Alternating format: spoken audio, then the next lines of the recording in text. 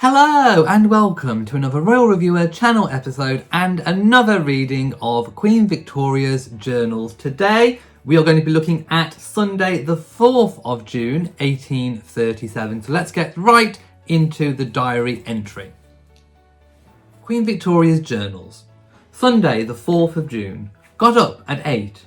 Read in the exposition while my hair was doing. At 9:15 we breakfasted. The children played in the room. Wrote a letter to dear Theodore. Drew. At 11 we went to the chapel with dear Lazen. The whole service was performed by Mr. Jackson. Wrote my journal. Wrote. Drew.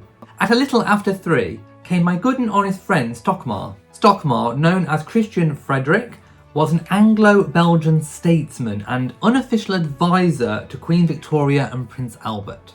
However, in 1837 that was still to come. And stayed with me till 3:15. He had a very pleasant and useful conversation with me. He's one of those few people who tell plain, honest truth, don't flatter, give wholesome, necessary advice, and strive to do good and smoothen all dissensions. He is Uncle Leopold's greatest and most confidential, attached and disinterested friend. And I venture to hope he is the same to me, at least. I feel so towards him. Lazen being, of course, the greatest friend I have. Heard that Lablache wishes to go to Oxford on Tuesday, but he offered very good-naturedly not to do so if I wished him to remain. I of course consented to his departure, though I must say I am quite vexed and sorry to lose again one of my pet lessons. But I must not be selfish. Wrote my journal. At 4:15 we drove out with Mary, dear Lazen and the dear children, who were very fidgety. It was so hot. Came home at 6:10, played and sung.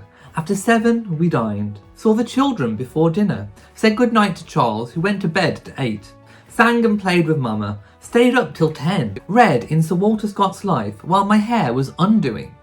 Okay, so a few things I want to mention from this relatively short diary entry, but still very, very detailed. I love the way that Queen Victoria mentions having her hair, getting ready, having her hair done. She calls it having her hair doing. And then as she was going to bed, of course, having my hair undoing. I mean, I just think that's remarkable. I love those Victorian terms of phrase. Now, Victoria's recollection of the conversation with Stockmar, I think it really hits home that she commented that he gives her the honest truth, doesn't flatter, gives wholesome, necessary advice, and strives to do good and smoothen all dissensions. I think that just goes to show how much Victoria, at this point in her life, values honest opinions. Don't forget, she is existing in the Kensington system, constructed in part by her own mother. She feels restricted.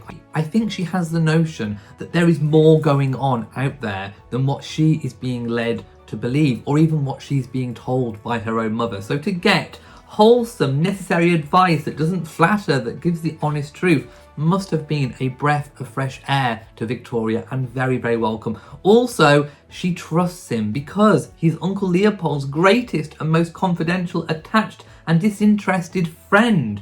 And I venture to hope he's the same to me, at least. I feel so towards him. And as I read earlier, later he does go on to become an unofficial advisor to Queen Victoria when she is Queen Victoria, and obviously when she marries Prince Albert. So he does indeed stay true to his word, and Victoria does honour him later in life. I think because of the wholesome, necessary advice he is giving now. Now, of course, we don't know what advice he has been giving at this point, but we do know that Victoria feels very lucky indeed to have it. Another thing she mentions is Lablache, her singing tutor, wishes to go to Oxford on Tuesday, but he offered very good-naturedly not to do so if I wished him to remain. Obviously, you know, he's saying that he needs or wants to go to Oxford on obviously his own personal business. However, you know, very conscious of Victoria's need to have people, I think, in her life that she trusts. He offered very good-naturedly not to do so,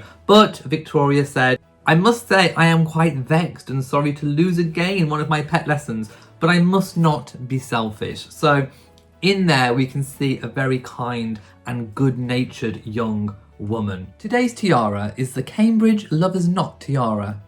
most famously worn by Princess Diana, and now in the possession of the Duchess of Cambridge, Catherine.